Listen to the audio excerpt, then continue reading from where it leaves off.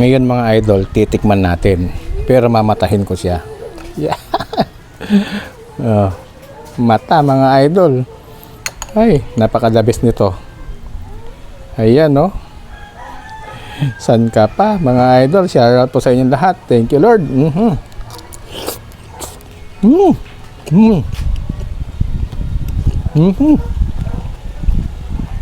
Ang sarap niya mga idol.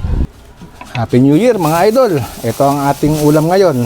Mag-iwas-iwas tayo sa masyadong karne dahil ang high blood mabilis umatake.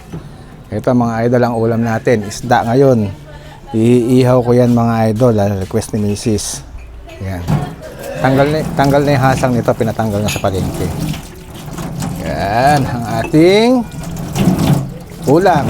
Barilyete mga idol. Barilyete. Hahatiin ko lang ito sa dalawa para mas madali siyang iihaw.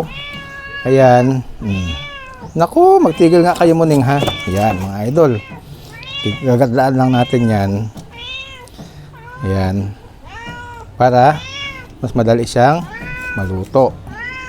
At tapos aasinan natin yan mga idol. Oh, muning ha, wag nga maingay muning. Ito yung ating pinabagang uling mga idol. Hop, may nahulog na naman. Naku. Naku, kukunin natin yung nahulog. At delikado. Ang dali lang mga idol ha. Kuha tayong dahon ng saging mga idol. Para siyang pagsasapinan natin doon sa iiihaw natin na isda. Yan, yan ang kainaman pagka mayroon dahon ng saging.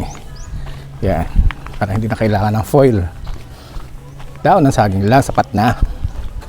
Yan, the best to mga idol.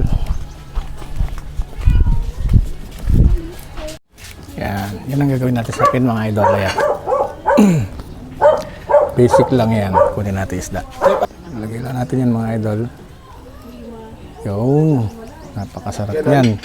Tatakpan natin siya ng para yung init mga idol. Yan din na mag-i-steam dyan. Makakatulong yan. Wow, ang ganda ng mga idol oh. Kumukulo-kulo siya oh. So baligtarin natin, tingnan natin kung pwede na siyang baligtarin. Ganda ng pagkaka-steam niya mga idol. Ang sarap niya mga idol. Ang diskarte lang dyan, papalitan natin yung sapin. Yan. Basic lang mga idol ang pag-iihaw. Tapos saka natin babalik. Yan. Napakasarap na ulam ang inihaw na isda mga idol.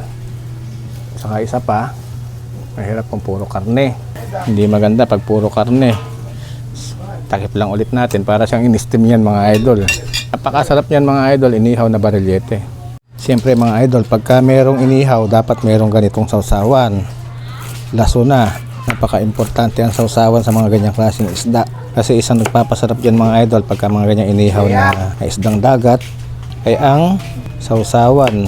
Yung siya na kayo sa sangkalan ko mga idol, ayun talaga yan Importante ang sausawan mga idol sa mga isdang dagat. Kasi yung karne niyan medyo matabang yung laman. Kaya gagawa mo siya ng masarap na sausawan, di ba? Pinikilaw din yung ganong klase mga idol. Meron kang kikoman, wasabi.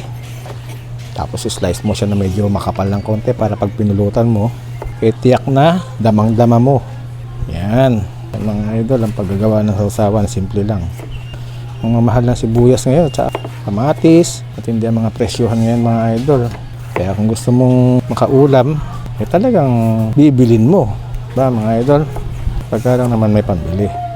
Yan mga idol, nasa sa inyo na kung lalagyan nyo ng sili yan or kalamansi, toyo yan o kaya bagoong mga idol. Sausawan ng inihaw. Hanguin na natin mga idol kasi sigurado luto na to. Ayan no. Ang lupit ng pagkakaihaw niya mga idol. Tignan nyo naman, kumukulo-kulo pa. Pakita ko sa inyo. Ayun pala, kitang-kita pala oh. Kumukulo-kulo mga idol yung gilid oh. Steam na yan. Sa mga mahihilig sa inihaw mga idol, para sa atin lahat ito. Hanguin ko na. Okay na ito. Asan pa ba isang sansi ko? Ganda ng pagkakaihaw niya mga idol. Yan oh. Solid na solid mga idol oh. Kita nyo ba? Ay. Ayan mga idol, oh. Itong isa. Ayan, oh. Tignan nyo naman mga idol ang pagkakaihaw. Diba? Masarap niyan. Inihaw na barilyete mga idol para sa inyo. Siyempre yung sausawa natin dyan, sibuyas, kamatis, toyo or bagoong. Ngayon mga idol, titikman natin. Pero mamatahin ko siya. Yeah. Oh, mata mga idol. Ay, napakadabis nito. Ayan, no? San ka pa, mga idol? Shout out po sa inyong lahat. Thank you, Lord.